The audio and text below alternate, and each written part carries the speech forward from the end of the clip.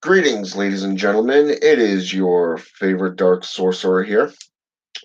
And tonight I'd like to discuss symbolism and history with you. Now, there are two key things with history that we got to take into effect right off the bat. And that's just from what you learn in high school. Okay? Even that of middle school, even grade school itself, when they teach you history, when they're teaching you things about mathematics, when they're teaching you things about science or history, they're not always teaching you for the betterment. And this is why. History has shown that things are always going to be recreated. And the stuff that actually works is going to be forgotten and put into the past. More so, the second item on the list is that the future is always told by the victor of those who have conquered cultures from the past. This is something that is proof. Every history book, Western or Eastern, no matter what country you're from, speaks to this. It doesn't matter if you're General Custer going up against the Native Americans. It doesn't matter if you're the Union Army going up against, say, the Confederate Army. Okay? Or the Russians versus Napoleon, Hitler versus Russia and the Allies. It doesn't matter even if you are, say, for an example, let's go with one of the greats, the samurai of Japanese culture versus that of one of the greatest conquerors of the world. I mean, think about it. A great rivalry in history, 1,400 ships being taken across the Gulf to wipe out the samurai, and with a single wave, the entire army is destroyed. Hmm. Was that God? Or was that the victors? Think about it. Alexander the Great, Julius Caesar, notorious, even Sun Tzu, the art of war.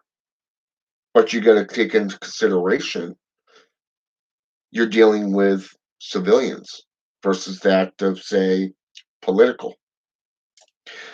You look at today's world and what's going on. We got this coronavirus thing sweeping the world. They're calling it a pandemic and creating a mass hysteria. Do we think, do we do this sort of thing when polio struck the world? Do we do this when AIDS struck the world? No. Okay, what about the Spanish influenza? No, world didn't shut down then. What about the Black Plague?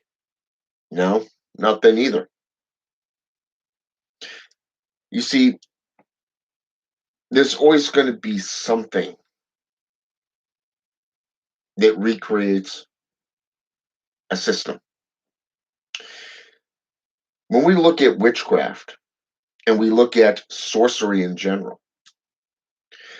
we go back all the way back to the Sanskrit times, the ancient Sanskrit, Sumar, the Babylonians, the Proto-German, the first dynasty of Egypt. We go back over religion, land, women, power, minerals. There's always going to be a war to be fought.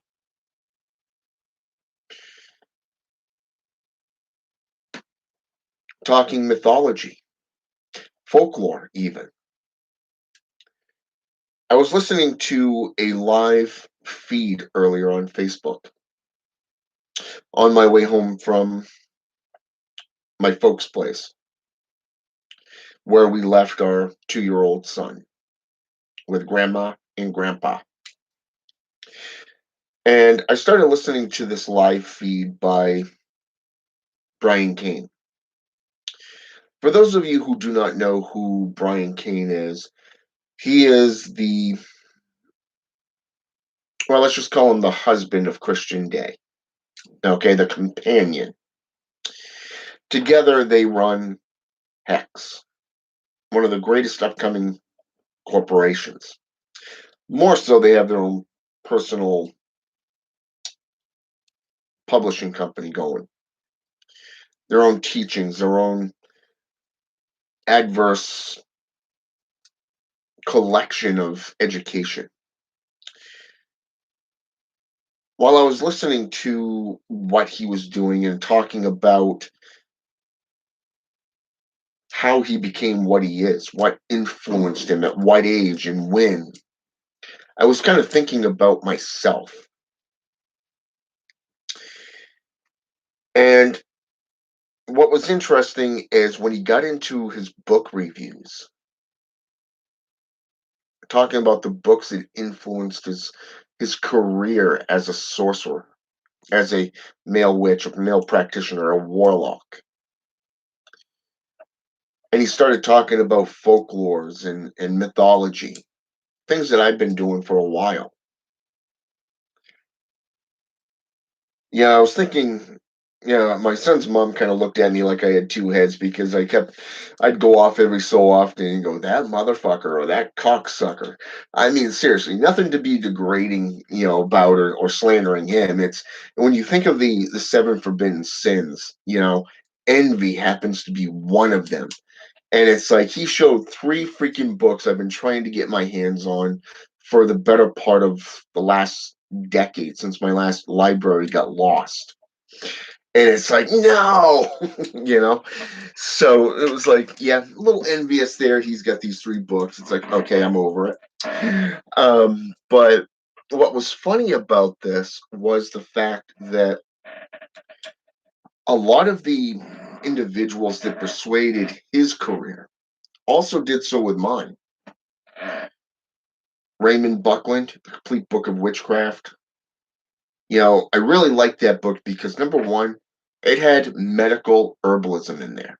It didn't just teach you the dynamics of what size your altar is, but he went into specifics on how to create it, the dimensions, the mathematical equations that go in to create and construct your altar.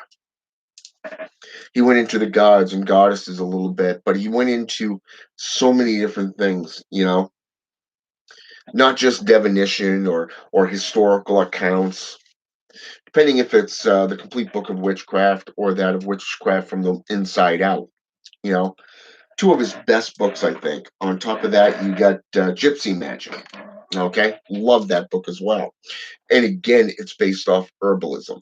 Okay, and I was thinking about this because of the fact that we were while he was talking, he ended up showing a book on historical witchcraft by Raymond Buckland, and it's like, yeah, that was the first book that I saw him pull out, and it was like, you little monkey book, you got a book that I've been trying to get my hands on for years, ever since I heard of it, and I've never been able to, not even in my first library. And then he pulls out two more that I used to have that I've been trying to get my hands on again, and it's like, oh, you know. But when we think of historical and folkloric things, I never really put too much thought or contemplation in this department, especially the reconstruction of a fallen culture. I mean, let's face it, that whole truth about the story of the victory is told by the victor themselves because they take what works for them and then they mold it into something new while everything else gets lost in translation.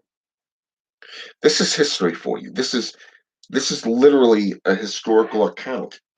And I got to thinking about Nicholas Remy's book, Demonolatry, an ancient and historical account of witchcraft.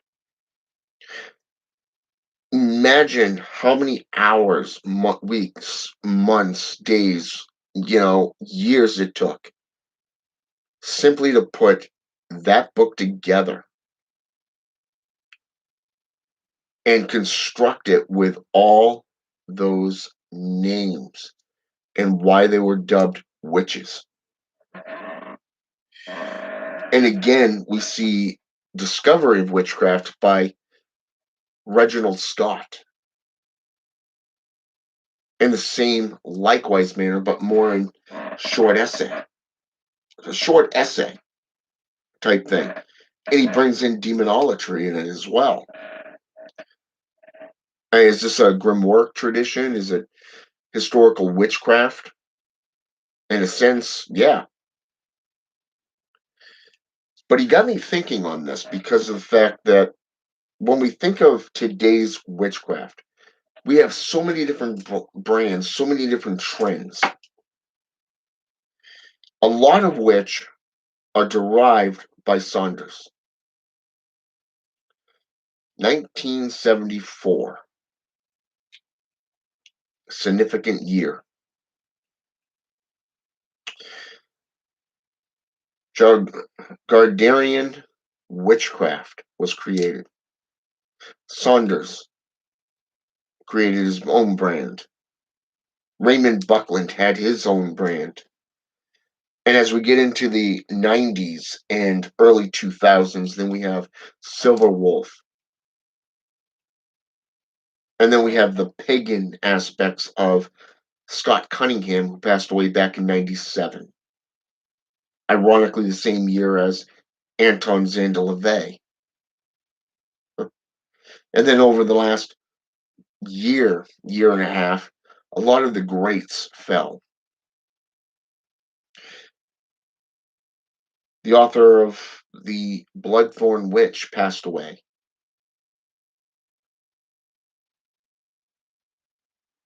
Raymond Buckland passed away.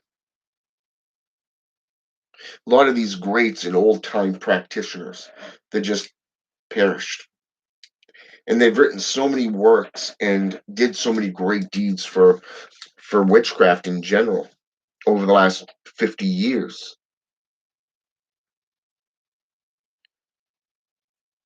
You have Paul Huzon, which Brian Cain also spoke on. Symbolism of witchcraft.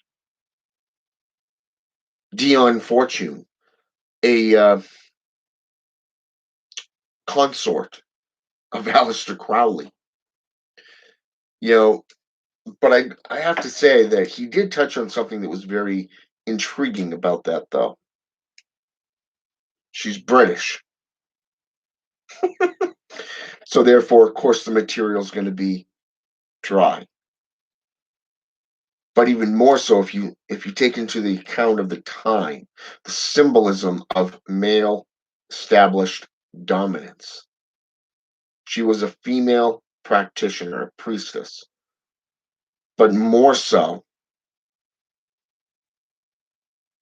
she was running two different type of covens at once. One based off enlightenment and another one based off witchcraft. But at the same time, she was also an author. So she had to be smarter. She had to be more productive. She had to be more better, even, than most of the male counterparts. I mean, think about it. I mean, you look at the Amazons. Some of them were shamans. Some of them were warriors, but they were known as the most fierce tribal females worldwide. But yet, some of these mystics and mysticisms weren't just females. They weren't just shamans. They were necromancers. They were witches. And when you get into symbolism, the signs, getting into the runes and the runics, writings, the alphabets, and how they wrote down everything, right down to their rituals that they performed, right up until they were conquered by the Romans and the Greeks. But they lasted a very long time on their own, only taking suitable males that would give them offspring when the time was needed. Kind of reminds you of royalty if you think about it. You think about how those in power, like princes and princesses, could only marry other royalty. We see this in today's Hollywood films, such as Princess Diaries, Anne Hathaway. We see this with that movie Julia Stiles starred in. Your average college student hooks up with a prince, a European prince, who's supposedly undercover. Same exact thing, just opposite. But it's that symbolism, the responsibility. And when you get into actual witchcraft practices, not just the historical and mythological accounts, the wars that were fought over religion. I Today you got Christianity going off on Satan. It's like Satanism versus Christianity today. You go back before that and you have Zoroastrianism, where you see the same conflicting duality. Go back even further to the Dead Sea Scrolls, and you got the same duality of Michael versus Belial instead of Lucifer and Jesus, or God versus Satan, or even Marduk versus Tiamat. You know, Phosphoros versus Hespios in ancient Greek. The one thing I've learned in the last year and a half, since I've taken a step back from being a practicing Satanist, is that Brian Keane is actually right about this. When he talked about the historical and mythological perspectives within folklore, he wasn't joking. And I actually put some things in there.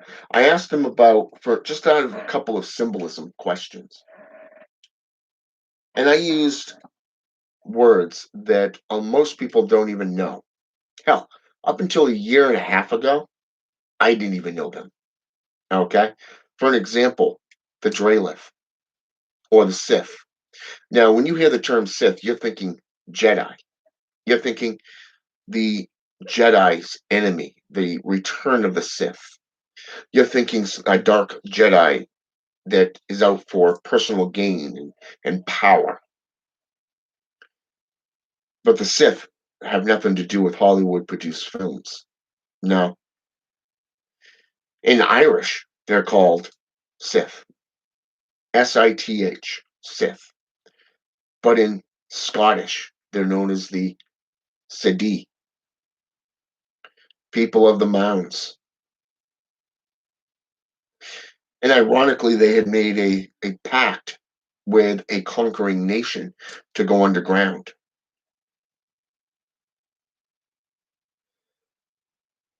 You get into Germanic traditions, Norse traditions.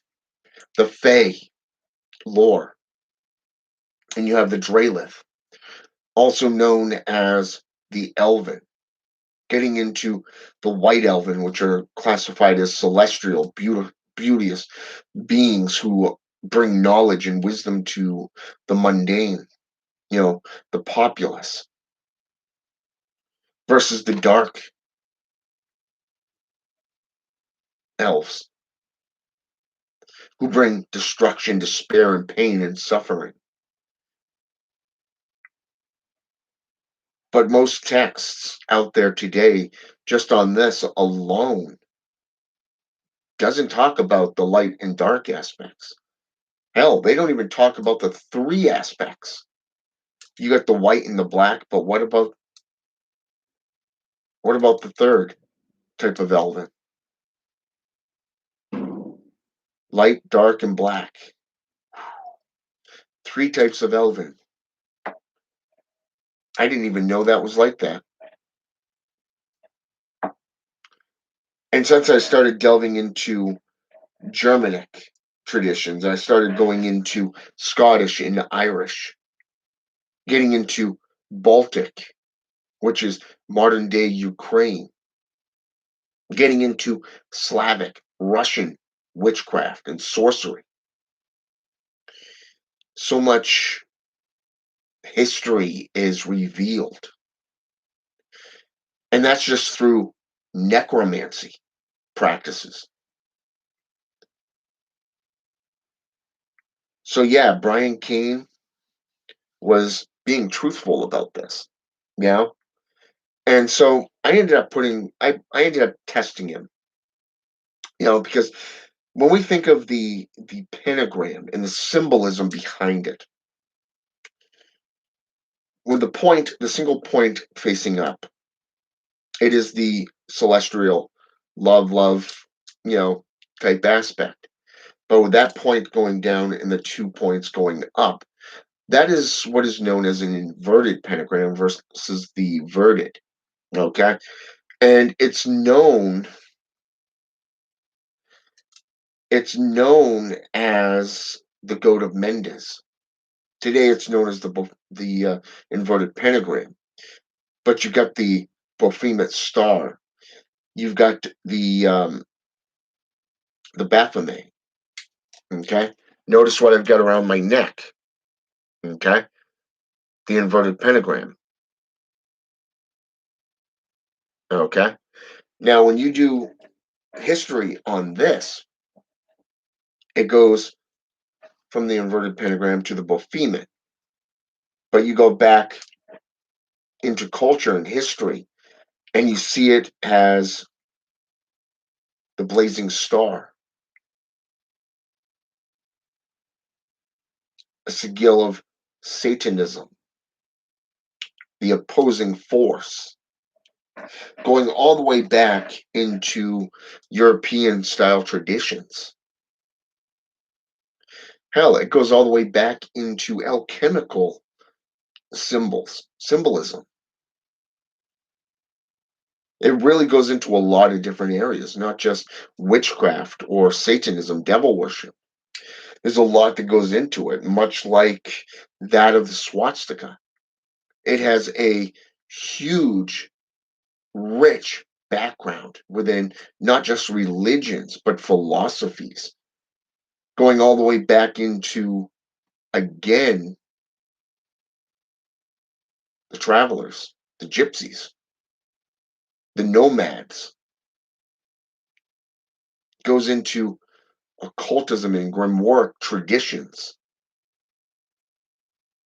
But what's interesting is ever since World War II, it's been seen as a symbol of hate, a symbol of blasphemy, mass murder, all because of one man, Adolf Hitler, and his Nazi regime used it as a symbol to represent their party, their political careers. Hmm. You look at the cross. The cross is another one.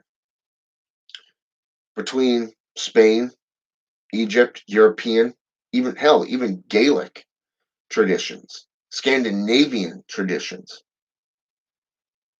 The cross goes back over 2,000 years and has had many traditions, many different settings.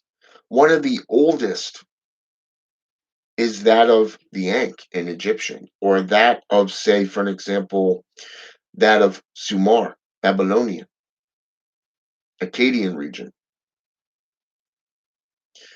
It's one of the oldest, and yet Christians took it.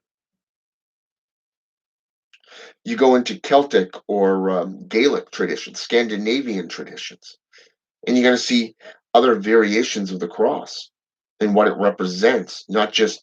And when you get into religious aspects, we know that the Roman Empire used to crucify people.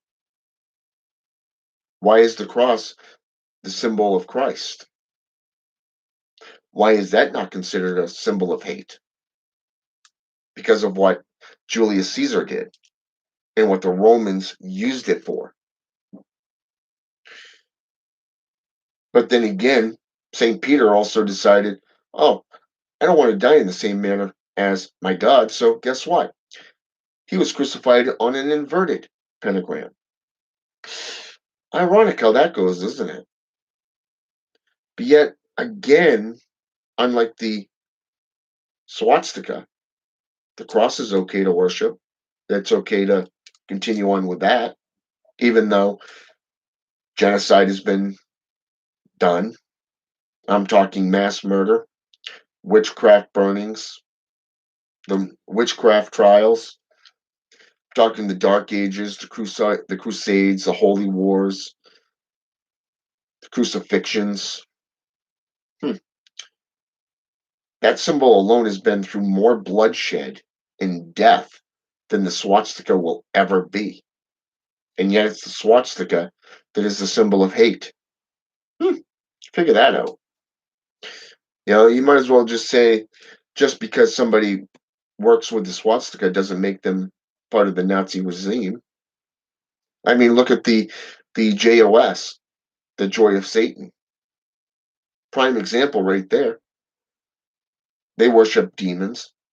They follow Crowley through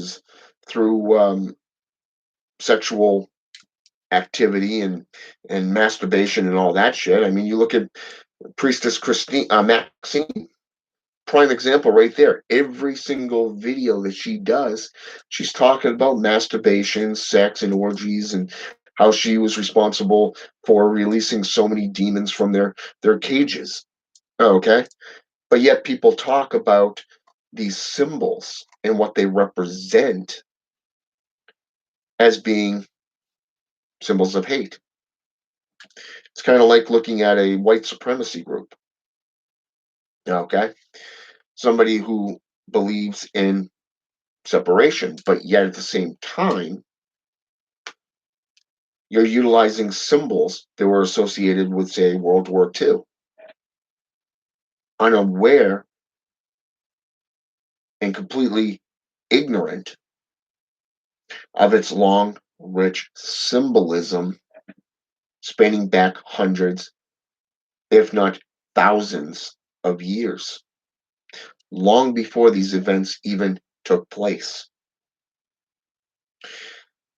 Today, the circle, this simple geometric shape, is used in a formulation of protection within Wicca and pagan traditions. In black magic, it is known in sorcery, it is literally known as a circle of empowerment.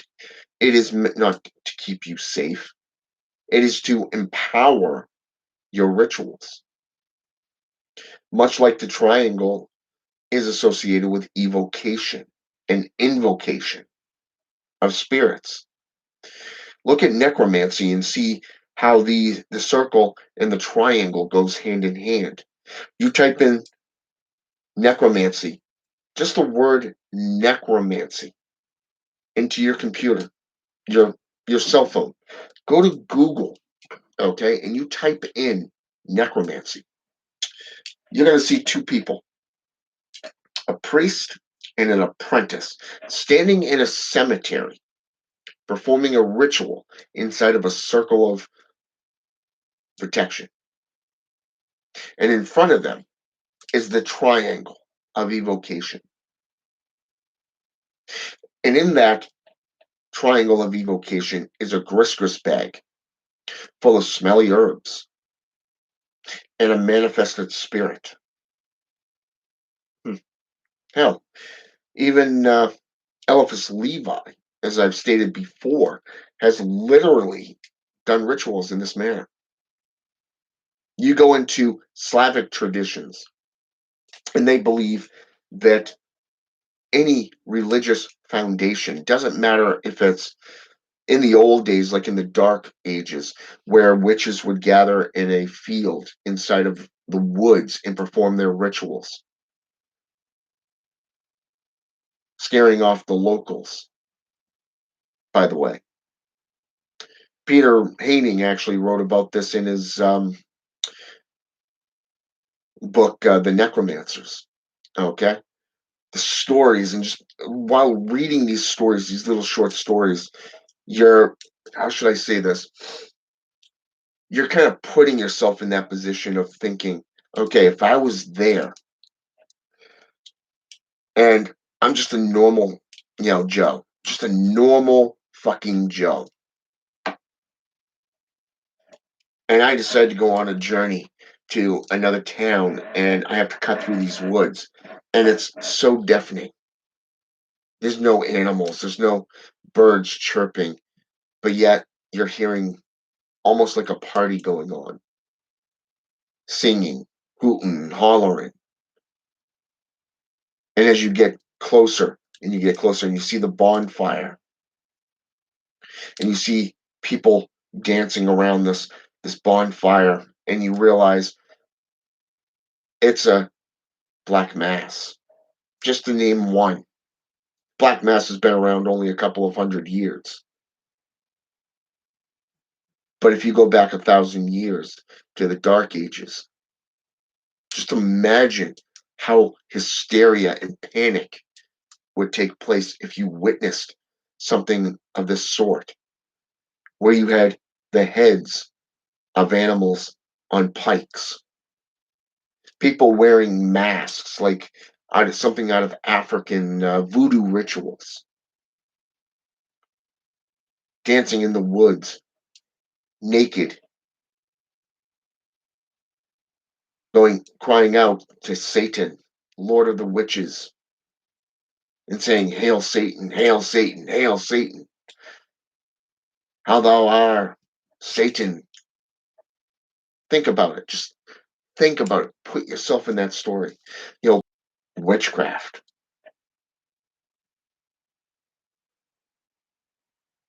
But yet, in Slavic traditions, being in the woods is a natural current.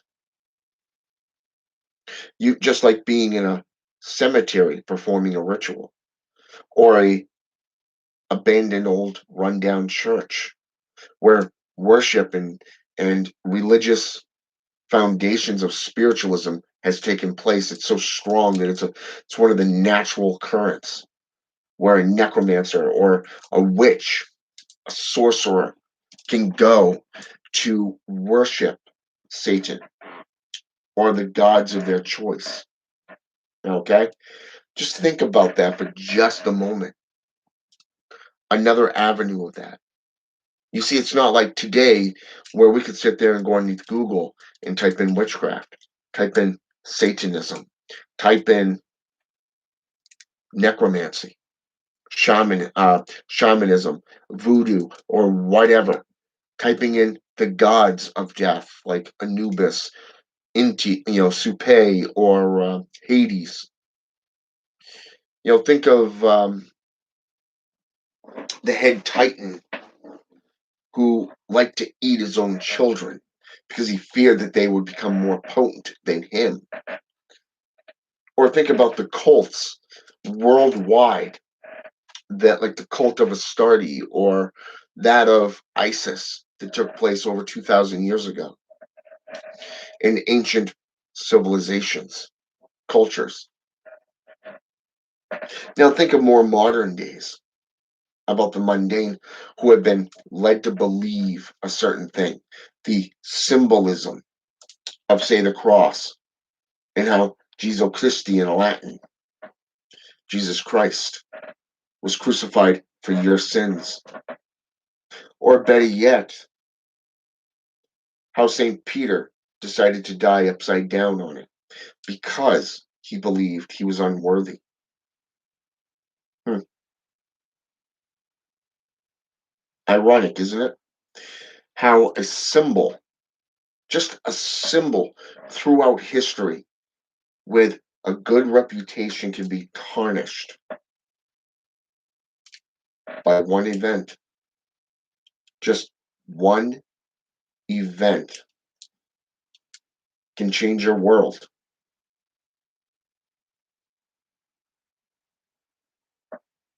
It's true.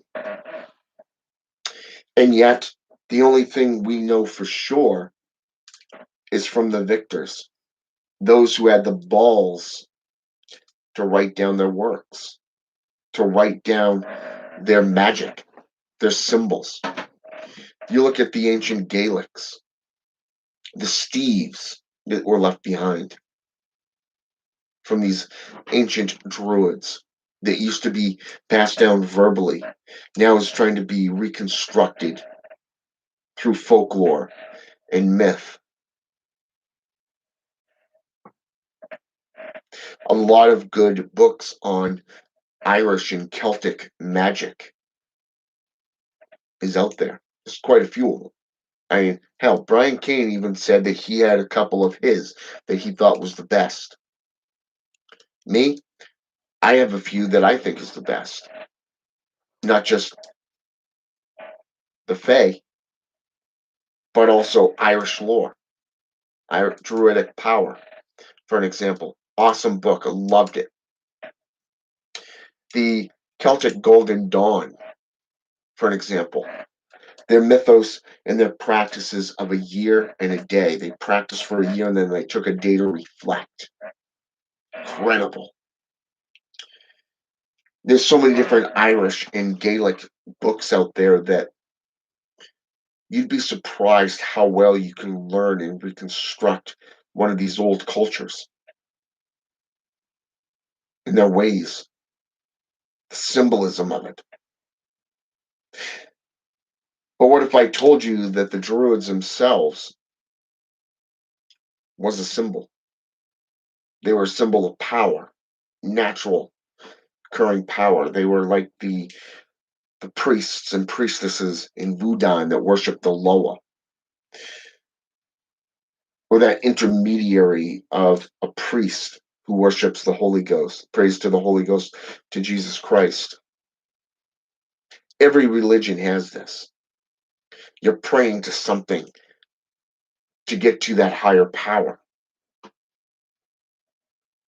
So I can see where the Alexandrian tradition is coming from, and I got much respect for it. It's much like gray witchcraft, if you think about it. When you get into that gray area, you're able to see the light and the darkness for what they are. And you're able to see the significance of their symbolism in their traditions. You can pick and choose, if you wish, what to believe and what not. But the one thing that I do find in common with Brian Kane is this. If you do not, and I'm going to use my own terms on this, my own words, so you don't think I'm going after him or his beliefs.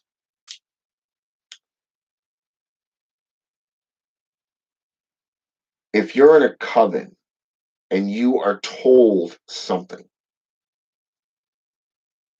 that you have to do it this way, or you're not going to be an initiate, an adept, then there's something wrong with that setting. When you have no room to question, when you have no room to be able to delve into something that attracts you. It's considered a cult, not to be mistaken for the occult. Okay? When you are able to ask a question without fear of rebellion or being shunned, and you're able to be shown or be allowed to go outside of this tradition and go and see for yourself the actual truth, the commonalities, the similarities, and the differences. Then you can look back at what you were told, what you were shown, and decide for yourself if you wish to follow it. Does it add up with history and mythology? I always tell my apprentices, look at history, look at mythology, and then look at what you're being told. Don't accept things at face value because people can bullshit you. They can lie right to you. But when you do your own research in reading a book, not just one book, but multiple books, okay? Even Brian Cain showed, what was it, about a dozen books, I think. I think it was just about a half dozen to a dozen books that he showed right here on his own screen. Sure, I'm envious of a couple of those, but that he had, and I'll hate him for it, you know. But guess what? I'm over it. Yeah, just give it time. I'll find them. But still, my point is this: when you're able to be an adult and you're able to go into every region of the world and be allowed to not only ask questions and to find those answers yourself, you're going to benefit more. Since I've been in the Mazajera Cabal system, I can tell you this. As a practicing necromancer, when I've gone to more experienced practitioners in this field, I've asked questions, and one person's looked at me and said, I believe you're talking, I believe you're talking about this type of being. So I delved back into the books and look up this type of being. And it's like, huh. There's some of the stuff that's actually similar to what I saw, but this ain't the person, this is not the being that I saw in my vision or my dream. But then you have people coming to you out of the blue and recommending things because they're being led by the spirit to aid you, to guide you. When a spirit takes notice of you, that's an honor. When the higher ups start taking notice of you, that's an honor. And when they're willing to guide you to new materials because they're enjoying the research that you're doing on your own behalf, because they're entrusting you to take responsibility for your own self evolution, that is something that's awesome. And it's a system that works. And I look back into the grimoire tradition, and I see Zania, the teacher of witchcraft, out of the grimoire of Armadale. And he's a spirit that really doesn't come out and go, hey, yeah, I'll work with you. I'll help you. Hell no. It took me a long time to get this spirit's trust. It took me a long time to get this spirit to come and commune with me. And it took a long time for the spirit to open up and to share its secrets with me. Okay? It is not something that just is instantaneous like that. And you automatically have that bond because you did a ritual and it's like, oh, guess what? I'm here. No. It don't work like that, folks. It don't. It does not. You are responsible for your own self-evolution, your own growth, your own studies, your own experimentations, and your own practice. Two of the most ancient forms of traditions that I have practiced in my life within the last 3 decades is necromancy, vampiric practices, druidic shamanism, and yes, witchcraft. Okay? Yes, I have practiced Satanism in all its forms, just about.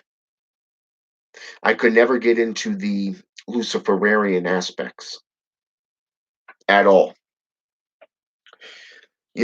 I've studied Michael W. Ford's works, and I have also practiced and studied the demonic Bible by Turk Suzej, founder of the Embassy of Lucifer. And I really loved his work, the demonic Bible. Don't get me wrong. That was the most painful and personalized experience that I've ever had. For an example, it took me 3 hours of ritual. 3 hours. And I'm talking going from front to back in that book, The Demonic Bible, and just doing these rituals times three, each ritual times three, back to back to back, just going all the way through. A friend of mine's wife got up early morning around 3, 4 a.m. And of course, the bathroom is between the foyer and my room. So she basically came out and went to go use the restroom, and she heard three voices, three distinct dialects of Draconic. The only person in that room was me, and I was gone. I was out like a light. I had no recollection of it, but she ended up going to get her husband, and he came in, and they actually filmed it. They couldn't believe it. Demonic possession. So yeah, this stuff is very real. This stuff, the symbolism of it is very real, and it's something that you need to understand throughout all its knowledge. People ask me, why do you teach? You have so many haters out there, but you also got all these followers. I come to you because not only do you answer, but you give me sources to go check out. You give me actual knowledge. You don't ask for money. You don't do this or that. Well, number one, I don't believe in charging unless you're doing a ritual for someone. Okay? If I'm doing a ritual for you, okay, yeah, I'm going to charge about, depending on the type of ritual, normally about $50. Okay? If I'm teaching you for a month to teach you the basics of sorcery, to lead you into the area that you want or that you're interested in, $75.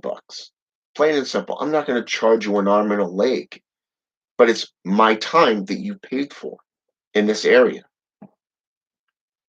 It's for you to gain the insight on what you're looking for.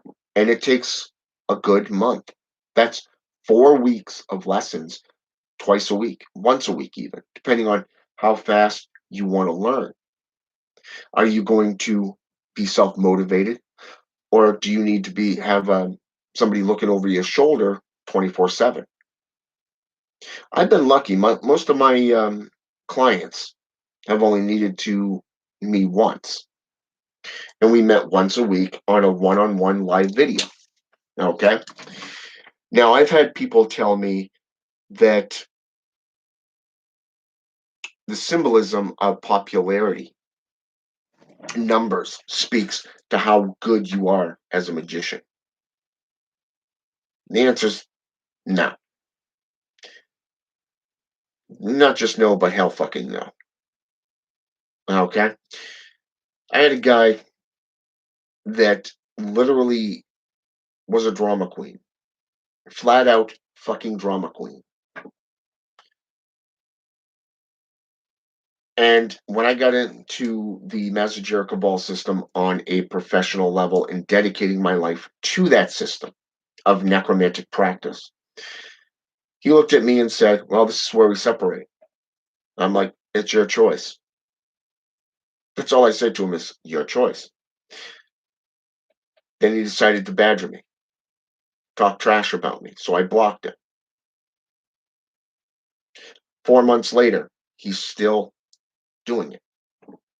But yet, I have proof, his own words, that he was kissing my ass, apologizing, and then turns around and starts bashing me again. I have another guy I haven't talked to in over a year. A year.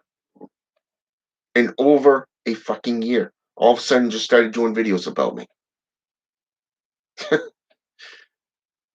It's like, what is this? A freaking popularity show? You see, witchcraft and sorcery is not about popularity. It is not about money. It is not about how many subscribers you get. It's about the arts and practices. It is about the knowledge of you that you gain over a lifetime of study, practice, dedication, and commitment to the path that you're on. Plain and simple, ladies and gentlemen. I'm telling you the way it is. This is my perspective. But there's also others out there that will tell you the exact same thing. Hell, Brian Kane said something similar tonight. They're a small company. Their business is doing good. He's getting back into his authors, writing books and stuff. Christian, not so much, but Brian is. I applaud him. 2 thumbs up. Because if he's putting out books as great as The Witch's Book of the Dead by Christian Day, I would buy that. Because number one, Christian Day literally went in and did his homework on witchcraft and necromancy from a historical and mythological perspective. It was one of the best written books that I had ever written in over 30 years, outside of Hans Holzer's Witches. Okay? You get into it was a little time after I read this that I came across Lucifer Raphael's book on necromancy, the Forbidden Rites. See, this is another great book just on necromancy. He went from region to region to region, from Egypt all the way up into Greek, all the way into the Middle East. And that knowledge was spectacular. It was spectacular. Well written, well thought out. I haven't seen books like this in modern day. I really haven't. You get into Paul Huzon's book, Mastering Witchcraft. Same thing. He tells it the way it is. He's not putting gender into it. He's not putting race into it. He's not putting divisions into it. No. He just simply put it out there and said, mastering witchcraft is this, this, this, and this. This is how you do it. You get the clothing, you get the items, you put it together and you use it, and you start calling on the spirits. Plain and simple. I would love to meet that man face to face someday. Same thing with Christian Day. Same thing with Brian Kane. Hell, I wouldn't mind meeting Lori Bruno someday, if I ever have the luck to be able to do that and scrounge the money together to go to Salem, New Hampshire, or to maybe to Hex Fest or one of these other, get-togethers of witches and warlocks and sorcerers and stuff. and if I can actually get time off from work. But running my own order and working part time, and being a family man, you really don't have much money um, left over. Those of you who are parents know exactly what I'm talking about. So, especially in today's world, but you get my point. The symbolism is there, the history is there, the mythology is there. It's not about popularity. It's not about how many videos you put out. It is not about how many subscribers you get, how many followers you get. It's about putting the truth out there and learning from an individual perspective. Okay. To quote a man that is in the cabal, I'm not going to say who, and I'm not going to give you his title or rank or whatever. He once gave me an analogy. He said, think of it as a marathon, not a race. Okay. If you think of something as being a race, you're going to make mistakes. You're going to overlook things, important things. But if you look at it as a marathon where you're heading in the right direction and you're looking at it from the knowledge and the wisdom of the arts, the ages, you're going to be better off. Because number one, we're only here for anywhere between 50 to 90 years. Okay. A lot of today's traditions will not teach you unless you're 18 or above. Okay. If you come from a hereditary family line, you're lucky to start learning around the days of bar mitzvah. If you're Jewish, you know what that means. It's normally around puberty, the right of becoming a man, an adult. It's like when you pick up your first sword, your first athame. Guess what? You become a warrior and you made yourself into a target. Okay. It's like when you do your first video right here, you made yourself a target because you stepped up to the plate and it's how you represent yourself that matters. This is what the public sees, that symbolism, that image. And depending on how well you do it, will determine how long you've been here and will be here. It's been a decade for me since I came on film for the first time. Did videos every so often. And now you got Facebook and YouTube telling you, well, you have to have this certain amount of hours, this certain amount of watch hours. You have to have this certain amount of subscribers. Well, now you're just making it about popularity. You call it social gathering, being part of a community. You're putting up all these guidelines and all these rules. But what about the people that don't want to be a part of your community? What about those people that don't want to be associated with all this other stuff? They just want to learn the arts, the practices. They want to learn it from somebody who actually knows what they're doing. And you're preventing them from doing that. You see my point there too. It's a symbol. But it does come down to you as the practitioner and the individual on where you take your magic, what type of sorcery that you are connected to and attracted to. I have an apprentice that I introduced him to the African Caribbean tradition, which is his heritage, and he's excited. I mean, literally excited. He went out and bought a few books. He's been reading. He's been doing a lot, and I'm really proud of him. I had this other client that I met for a little over a month because we missed a couple. It was like a month and a half because we missed a couple of sessions because she was sick or they couldn't make it. So I added a couple of weeks to that month. And what was ironic was she was my client. She was my apprentice.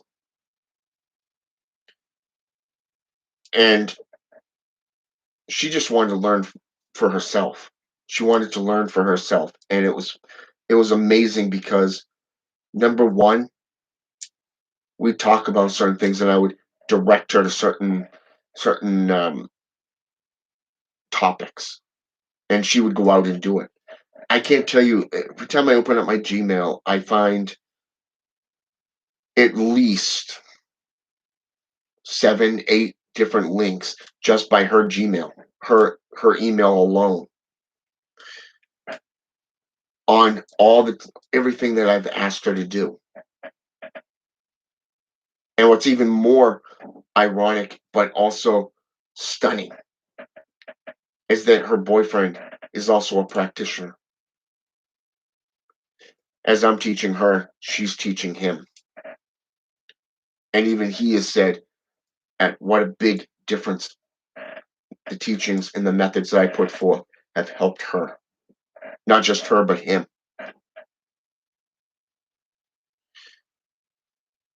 Do I need to go out and do all this imagery about bringing forth clients to speak for me? No. Nor would I ask you to. And I've stated this before. Anybody who truly wants to learn the arts and the practices are going to do so, either at their own hand and spend years scrounging, seeking. Hell, I didn't have mentors for almost 15 years. 15 to 20 years. I didn't have mentors. I didn't have mages or sages that I went to and trained under. I bought book after book after book. I went to these locations. I went to Stonehenge. I went to all these sacred places. I learned about these cultures in full detail, from how they constructed their buildings to their religious and cultural associations. I did my own research into this area. It didn't matter where they were in the world. Spent hundreds of thousands of dollars going from one side of this country to the other. And no, I didn't sleep in a hotel either. I slept in the car. That's how much money I put out. Hell, I lived on the street in 2 different cities. Not joking. Until roughly about a little over a decade ago, I met a bruja that changed my life. She got me into Palo Mayombe, Santeria, between her and this other guy. Very good teachers. And I started gathering teachers. I started associating myself with mages and sages. And before long, within just a few years, I had Christians kissing my ass, telling me they've never met anyone like me. Others tried to con me and had a pom pom smackdown on their asses because I bring up scripture. I mean, when you spend about 6 years studying under Christian ministers to become an ordained minister, while learning all these other cultural religions, you learn a lot. You learn their history, their mythologies. You learn where things come from, how they're done. But if you want to follow Alistair Natch's perspective, the art of cognitive warfare, or that of, say, Sun Tzu, the art of war, you know what to say, when to say it, and when to apply it.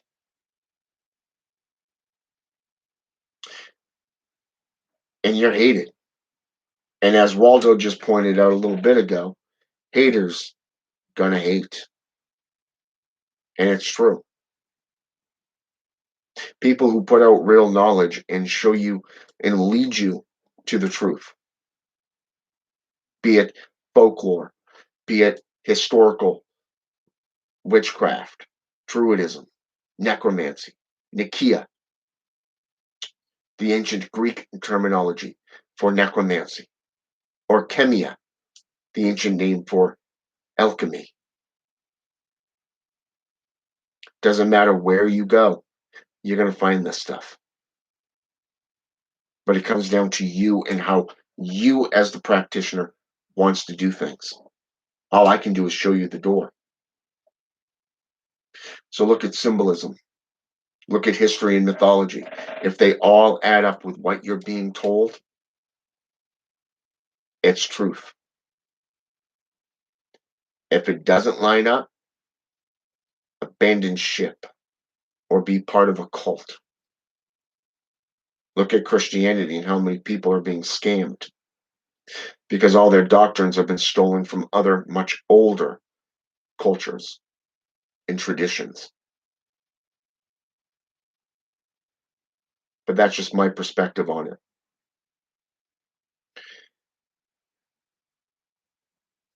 As for you, Brian Kane and Christian Day, keep up the good work. I see great things coming from you guys in the path that you're on. I give you 2 thumbs up, and I look forward to seeing your books, Brian, specifically those ones that you've been writing. See what kind of history and flavor you bring to the table. Have a good one.